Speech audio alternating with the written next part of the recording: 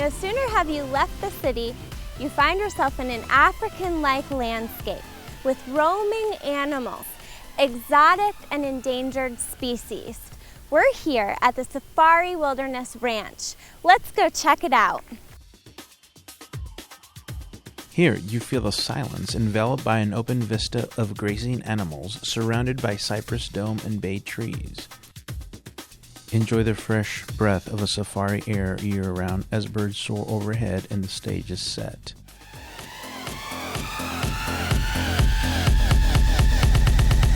We're here with Lex, the co-owner and director of Safari Wilderness Ranch here in Lakeland, Florida.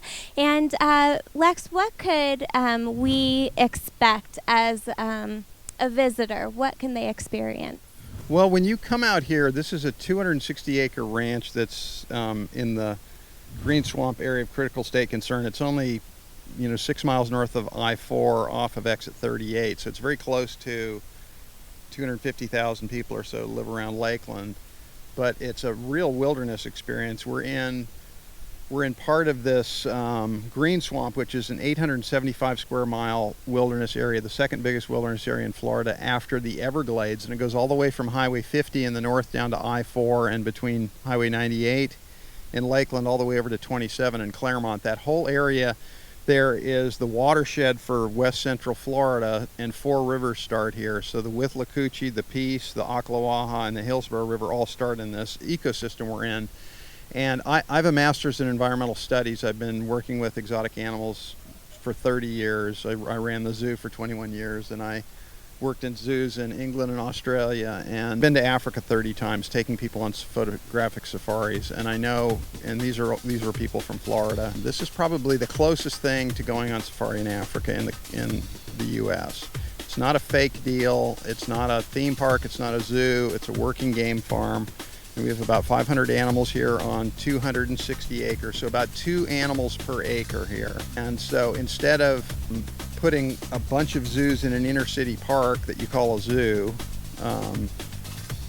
we're putting animals in much bigger areas, and you're putting them in natural herd contexts, which is really the important thing. And so you're going to see herd dynamics out here that you wouldn't see anywhere unless you went back to the range countries. So. And the development is really minimal. We're a licensed agritourism enterprise, which means we farm on this place. There's sugar cane behind you here. We're going to be making cane syrup a little bit later in the season. We do hay production. We produce beef cattle. We also breed horses, halflinger horses, which are used as draft horses in this country.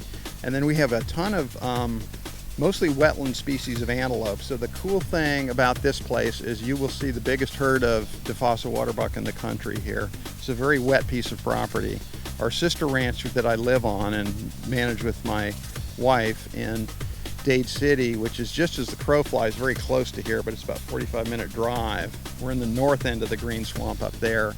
It is more dry, and we have giraffe and things that do well in dry areas. Here, it varies about 2 feet in elevation in this whole property, and everything you're looking at is part of this property. We have to emphasize wetland species. And what happens, this part of Florida, we have about 4 feet of rain a year, and most of it comes in the summer during the rainy season, like right now. This is one of the highest, driest areas, and it's still a little wet. Now what happens is all this water that lands here in the Green Swamp, the aquifer is closest to the surface of the ground here of any place in Florida. That's the importance of this place. And those cypress domes back there, or bay heads they're called, are a little bit lower in topography. And what happens is all this sheet flow that lands here goes into those cypress domes, and that recharges the aquifer. So this is sort of the lungs of the kind of hydrological system of Florida. And we're really lucky to have the water we have in Florida. We have trillions of gallons of fresh water under our feet. And Florida, being a big sand peninsula, the sheet flow of the 4 feet of water that lands here during the year, most of it doesn't go out into the Gulf and the Atlantic Ocean because there's not much topography in Florida. It's pretty flat, and so Florida just is like a sponge, and it soaks up all that water and it goes into the aquifer. So lots of people live around here, and they really are not tuned in to how cool this system is. This system is like what allows us to have the water that we have here. And it's a really special place for all kinds of different wildlife. And if you look out here today, there's a bunch of, there's exotic species, but there's also a lot of fly-in waterfowl. We had a big bald eagle here the other day, I think it was yesterday, in the kudu. And we have wood storks, we have roseate spoonbills, we have spoonbills, herons, ibis, those kinds of things. And then lots of meadowlarks here. We have lots of birds of prey. Aww. Got some really cute little ducks. We have some other animals in here. Those over there are Cuban whistling ducks. If you look up there, you'll see our white-necked stork. Look how big he is. And this prehistoric looking bird over here is our screamer. Now let me look. Up, there they are over there. If you look right back over here walking along the sidewalk, you'll see our Aberdeen stork. Oh, wow. There's another one walking along behind it. We also have a black swan down here. They're basically telling us that this is their territory and not to encroach. They would probably like it if we give them a couple of grapes. This is a mated pair. I've been told that they mate for life. And they can be a little bit aggressive if you're in their territory. So it's a kind of a natural experience, and you come out here and you sort of feel like you're in the middle of the wilderness and you're only 6 miles from I-4. You can also indulge your senses in an exclusive encounter with the polite Persimmons, ring-tailed lemurs. These natives of Madagascar are primates and, like us, have tactile pads and fingernails. Their gentle touch is similar to that of a human baby. A few lucky individuals per day accompany professional animal caretakers in their daily feeding. This experience is unforgettable. You said that there's about 500 species of animals here, and we talked about the birds. What other animals can the visitors expect? Okay, well, we have 500 specimens here. We have less species than that, but you can see here, and you can get up very close to some very cool things. We have Madagascar lemurs here, these ring-tailed lemurs, where this is one of a few places in the country where you can feed them. And they can touch you, but don't reach out to touch them. We're outside the wildlife safari, and we are about to go see some lemurs and feed them some grapes. So come on with us. Aww. Hi. Great kids, stay out here. They are so cute. These are ring-tailed lemurs. They come from Madagascar. Madagascar is the only place you'll find lemurs, actually a large island off the coast of Africa. And these guys are a group, and a group of lemurs is called a troop. They are a female-dominated society. So usually when you hear somebody telling somebody to go away over here, it's one of the girls telling the boys. They are very, very social. In fact, they have their lower jaw juts out a little bit, and their front teeth are a little separated, making a little comb so they can comb each other and groom each other. They are what's called prosimians, which is before monkeys. It's like So hanging the on. ancestors to monkeys probably made it over to Madagascar and had a different evolutionary path there. Of course, love grapes. A normal day they would get bananas, cooked sweet potatoes, and apples. And then they would get seasonal things such as pineapple, plums, peaches, melon, that we would add into their diet to give them some variety. No, they would not make a good house pet because they're very social and they like to live in these larger groups. So one by itself wouldn't be nearly as happy. Even if we have one that's single, we have it with other animals. These guys are ringtails, so they would do both. They would get down on the ground and run around, but they would also go up into the trees. So they'd be at the edge of the forest. They have these logs that they can run on, and in the other habitat that we have lots of pieces of wood up for them to climb around on.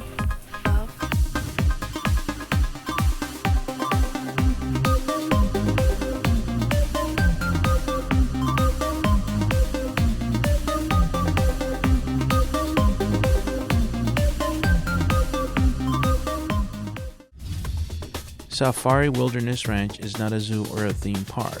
There are no crowds and no lines. Here you will enjoy a natural adventure. Knowledgeable, experienced driver guides will tour you through large herds of exotic game, over 260 acres of pristine wilderness, and customized safari vehicles. We've even got water buffalo out here that come to the vehicle. And what you do when you come here, you park your car and then you get into a customized safari vehicle and you go out on safari. And many of the animals come right up to you, and you're going throughout this 260 acres, seeing, on average 2 animals per acre. But you will see, like I said, the biggest herd of Dafasa waterbuck in the country. We have a big herd of common waterbuck. It is a family-owned, licensed working game ranch. They specialize in wetland exotic species, African Watusi and Irish Dexter cattle. But we also have the biggest horned cattle breed in the world, called the Ankoli or Watusi cattle, and I think we have one female that maybe has a 6-foot spread in her horns. They make a Texas Longhorn look like a little bitty thing. These guys have huge horns. And then we also have Uganda cob, we have red lechwe, we have Sitatunga. These are all wetland types of animals from Africa. Then we have a whole Asian area where we have several species of deer. We have a big herd of fallow deer from Asia, from Eurasia. We have a big herd of axis deer from the Indian subcontinent. We have the biggest antelope from India called the nilgai. We've got a big herd of those. And then we have the only herd of red forest buffalo in the country. We have about a 30-acre forested area. And if you go to Africa, in the open, they have the Cape buffalo, which is sort of a brownish gray buffalo that's very dangerous. And when you go into the forest, these things turn red and they turn into a different subspecies called the Cape buffalo, and we have about the only ones in the country here. Their main predator is a leopard, and leopards have 2 cones in their eyes. We have 3 cones in our eyes, and we look at those animals and we see red, but a leopard looks at those animals and sees green. So those things that look red to us look green to a leopard, and they've got camo, and so they're able to survive. And so that's why they stay within the forest. Yeah, that's why they stay within the forest, because they're hidden from their main predator, which is a leopard. As soon as you get out into open areas, the same type of animal will be different colors. Yeah. Safari Wilderness Ranch is a Florida agro-tourism project and is accredited by the Zoological Association of America and licensed by the USDA. Well, can you tell me a little bit about the ostrich and the warthog and some of those? Okay, now the ostrich is a really cool animal. It's the biggest bird in the world right now. And there used to be a bigger bird in New Zealand called a moa that was 10 feet tall. These ostriches are 7 foot 6, maybe, a big male. And I know that because I had big, tall center for the Philadelphia 76ers, a guy named Matt Geiger, who's 7'1". Look at a big male ostrich, and I'm going, have you ever played against anybody that big? And he goes, yeah, Manute Bol. He was 7'7", but they're a huge bird, and they're 400 pounds. The females lay an egg that's 30 times bigger than a chicken egg, and they'll lay like 40 of those, and they sit on them for 44 days. The male sits during the night, and he's black, and you can't see him, so that makes sense. The female is the color of the sand and the dirt. She's sort of grayish brown, and she sits for 44 days, and then those eggs hatch, and they're like little eggs on legs running around. You could tell the size or the age of an ostrich because they grow 1 foot per month. That's an intact one. You could take that home and eat it. That's pretty heavy. Yeah, and look how strong this ostrich is.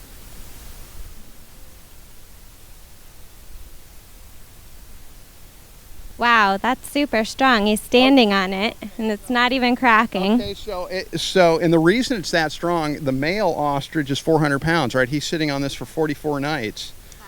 And so how does the chick get out? How do you think the chick gets out of an egg that I can't even break if I stand on? Maybe the parents try to hatch through it, or? Lots of people think that, but what it is all birds and all reptiles have something called an egg tooth that's on the upper mandible. It's like a little grain of sand, and what happens is the baby, before it hatches out here, it takes that little egg tooth, and on the inside it's like a diamond ring cutting glass, and it does a 360-degree turn in here and incisors this thing, and then extends its leg, and legs and the end pops off and the chick emerges.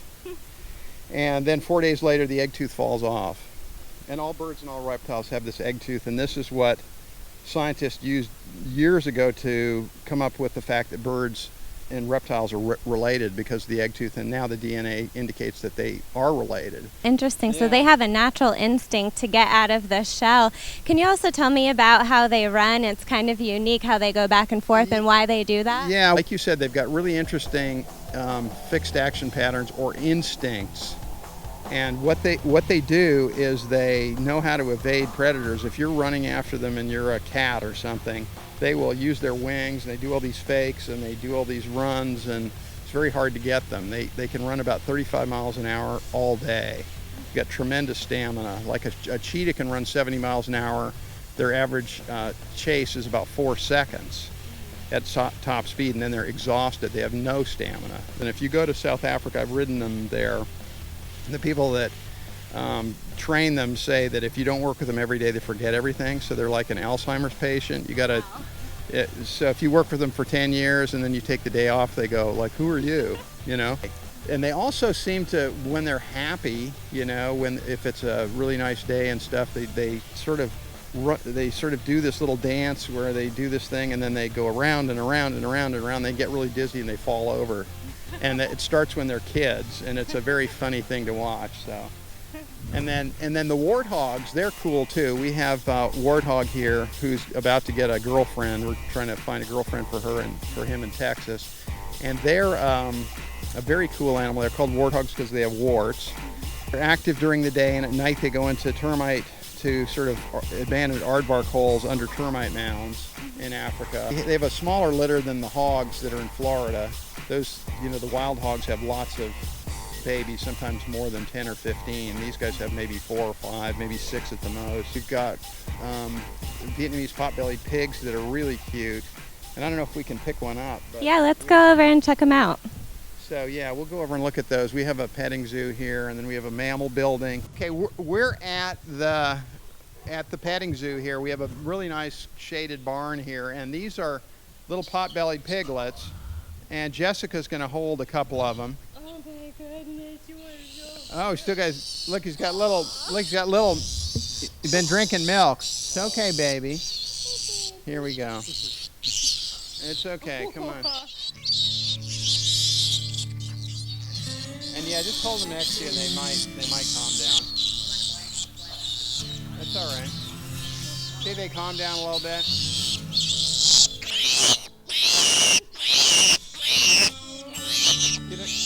You don't have to teach them to squeal like a pig.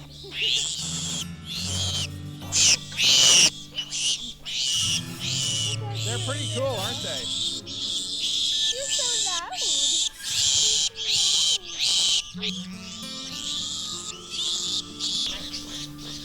See, Mom's saying, "Give me those babies back." Okay, now they quiet down. Now this is a very cool animal. Now, if we handle them every day, they calm right down. And pot-bellied pigs are 10 times smaller than the pigs that we have for pork production in our country. Pigs are very smart and they're very emotional. And you have to be nice to pigs. If you're mean to pigs, they remember you are mean to them and they'll come back and get you later. And if you're nice to them, and this is the thing that I've learned in the last 30 years doing this, if you're kind to your animals and you're consistent in the care you give them, they're fine. People think pigs are dirty, and pigs are not dirty. Pigs are incredibly clean. They poop in one place called a midden, just like a cat goes in a cat box. They're not like a dog that poops all over the place. These are very clean. They have no fleas. They're hypoallergenic. Anything new, they're going to bellyache about, but then they get used to it. And so what she's doing here is she's calling her babies, her little piglets, back into the hay, and then she'll probably lie down, and then they're going to nurse. The babies are fixing to chow down here. See, she's lying down, and now look at that. It's breakfast. Yum yum.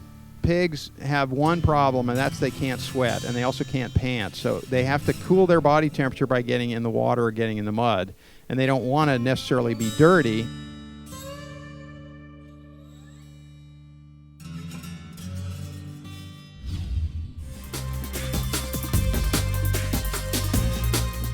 If you prefer a more adventurous mode of transport, you can also view wild game by camelback.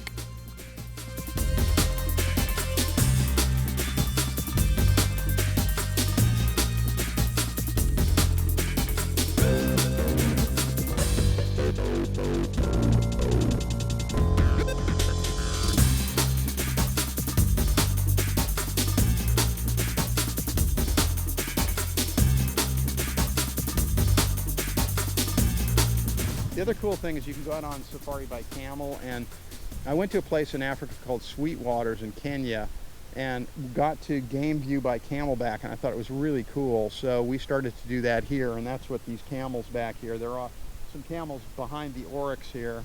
We're about to go check out the camels in their natural environment. Today's their day off, but usually they're bringing people out on rides and everything. So let's go see how they relax. Come on in. We're going to follow you, JJ.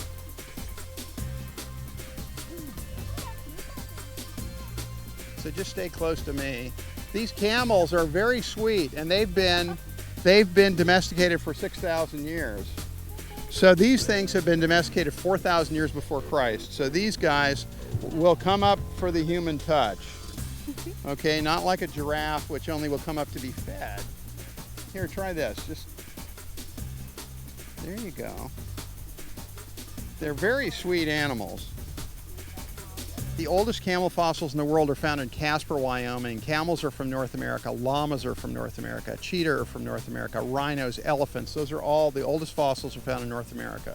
So a lot of people think, oh, these exotic animals shouldn't be here, when this isn't true. These animals used to live here in the fossil record, and the fossil record shows us that they used to live here. They went over the Bering Land Bridge backwards and in through Asia and all the way to Africa. Now, the camelids that never left the Americas are the llamas, alpacas, vicuñas, and guanacos that all live in the Andes now.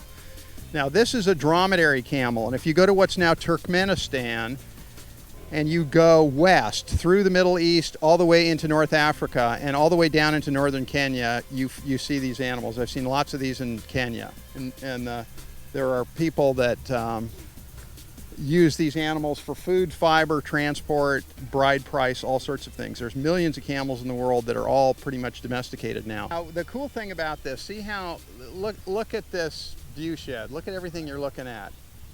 This is a probably 100-year-old cypress tree here, and below it are two Bactrian camels. The way I remember, B for Bactrian, they have 2 humps, D for dromedary, 1 hump. Now, what they're doing right now is ruminating, okay? They're chewing their cud. All animals, cloven-hoofed animals, which are animals with two toes, they're called artiodactylids, and this means sheep, goats, cows, camels, antelope, etc. They chew cud. They have a multi-sacked stomach. They regurgitate their stomach contents, and then they chew them again, and then they swallow them again. And this allows those types of animals, the artiodactylids, to assimilate 2/3 of what they eat. Now, parasidactylid, which are the odd-toed hoofstock, the rhinos, the horses, the zebra, and the tapirs, they are much less efficient in assimilating their food. They process about 1/3 of what they take in. What do you think's in the hump, Jessica? Oh, probably like fat. That's exactly right. Most people think that it's water, but it's not water, it's fat. And the fat is kind of like water because it hydrates the animals. These guys can go for 45 days without drinking water if they need to. And that fat in the hump is like a fuel cell, so it keeps the animal hydrated and also gives them energy. Like our fat is called potential energy. So these are very desert-oriented animals, but they do great in Florida. The Bactrian camel is actually the most elastic of any animal you can work with in a zoo. They can take 30 or 40 below, and they can take 130 above. If you look at their nostrils can close down. That keeps the sand from blowing in their nasal cavities. And look at their ears. They have a bunch of hair in their ears. They have a lot of hair around their eyes. And that's all adaptations for keeping the sand out of their ears, eyes, and nose during sandstorms. What's the limit to how heavy you can be on a camel? For a big camel, it's 600 pounds. If you could physically figure out a way to put the full weight of the camel on the camel, they can walk with their full weight on their body. So they're tremendously stronger than horses, for example, which are going to have, 200, 250 pound limit. Okay, I'd walk a mile for a camel.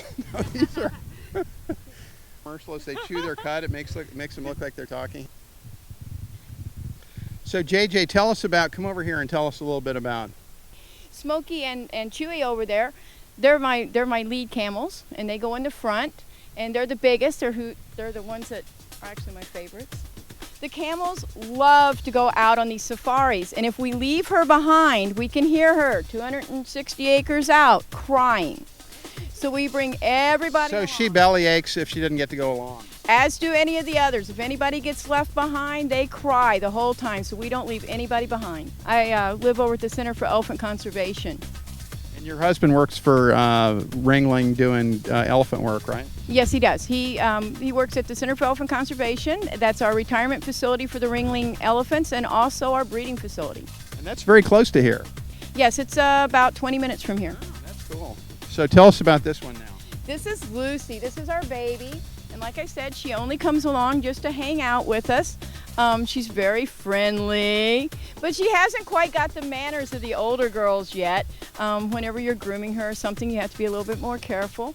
And when she gets a little bit bigger, we'll be putting a saddle on her, and she'll get to come along and be a full big camel like everyone else. You know, it was interesting at the zoo. When I started at the zoo in '87, we purchased camels for camel rides, and we purchased camels for the exhibit. And after 21 years of working there, I remember the exhibit animals all being really old and broken down, and they had all kinds of health problems and arthritis. And the ride camels were athletes. They were completely healthy. So when people say giving camel rides is bad for the animals, that's really based on them not knowing the facts. The facts are, it's just like if you and I sit down on the couch and we turn into couch potatoes, we're going to prematurely age and we're going to not have as long a lifespan as if you're a moderate athlete, you know, not like a crazy athlete where you break all your joints down and you need new knees and all that kind of stuff.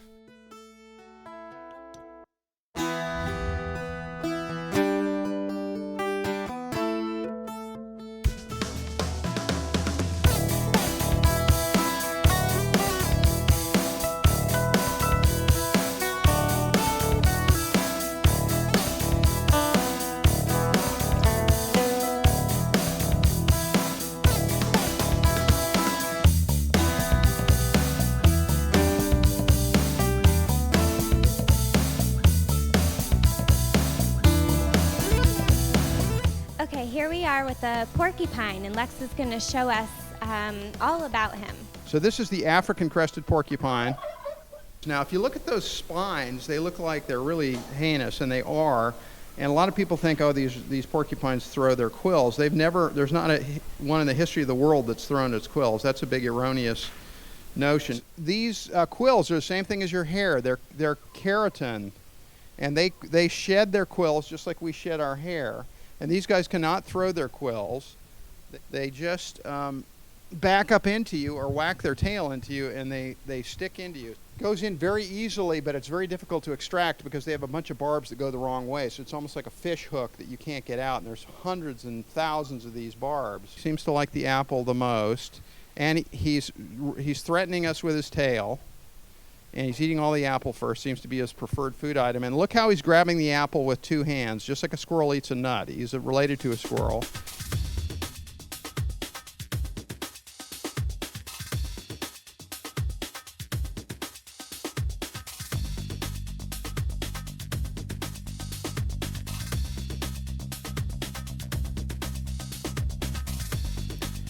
Now you can join an exclusive, fun, and educational journey where you will learn about Florida's natural and human history, the conservation programs, the encounter amazing animals that are endangered or extinct in the wild.